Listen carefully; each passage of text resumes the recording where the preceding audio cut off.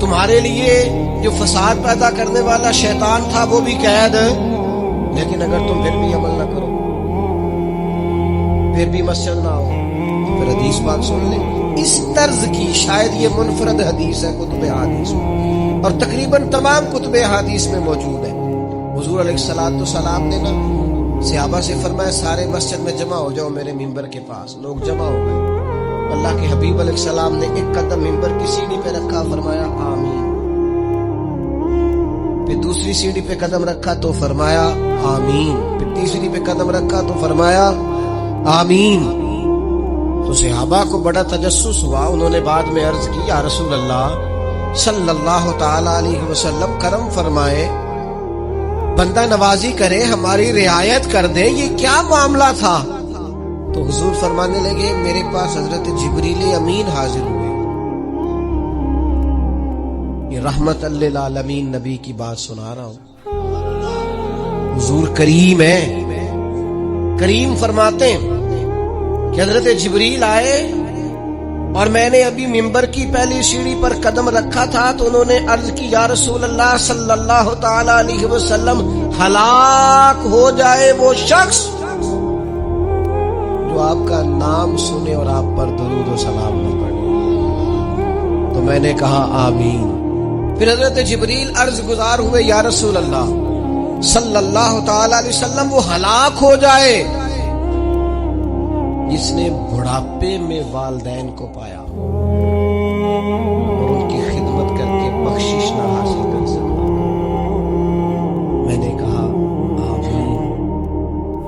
کریم فرمانے لگے پھر حضرت جبریل نے عرض کی یا رسول اللہ ہلاک ہو جائے وہ شخص جس کو زندگی میں رمضان ملا، جس کو اس ماہ نور و سرور شہر رمضان الذی انزل فیہ القرآن، رمضان کا وہ مہینہ جس میں ہم نے قرآن نازل کیا، جس کو ماہ مبارک، ماہ نور و سرور، ماہ طیب، ماہ مبارک رمضان ملا،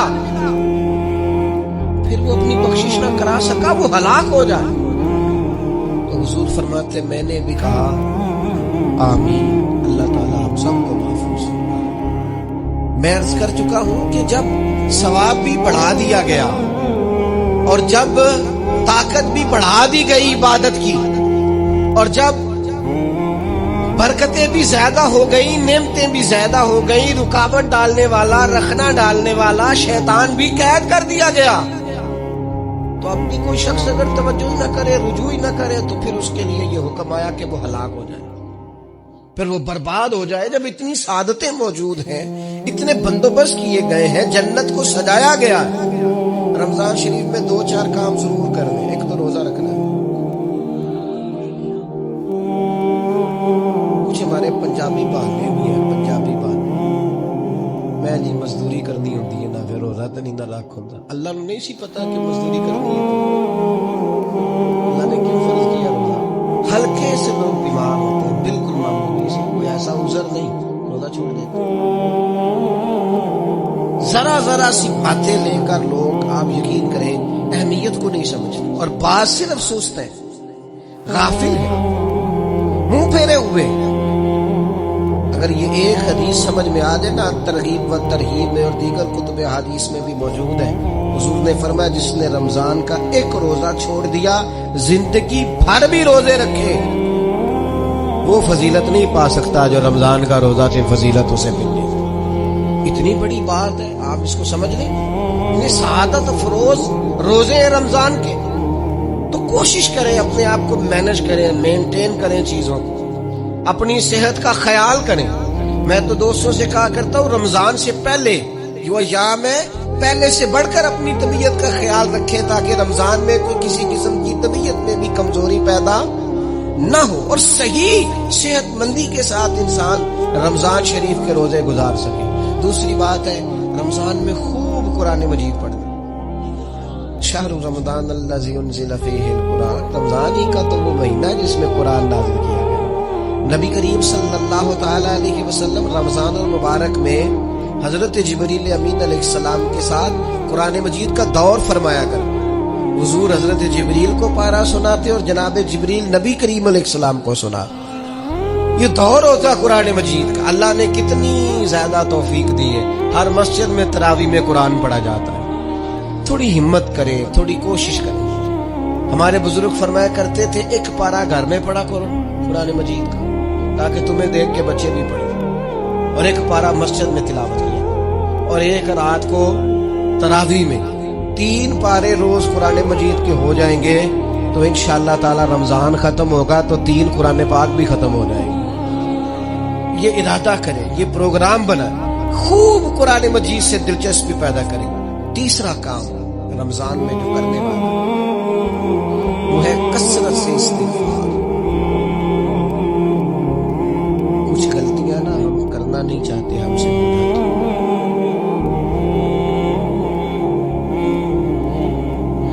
کچھ غلطیاں ایسی ہیں جو ہم بڑی بڑی کر چکے ہیں لیکن ہمیں یاد نہیں.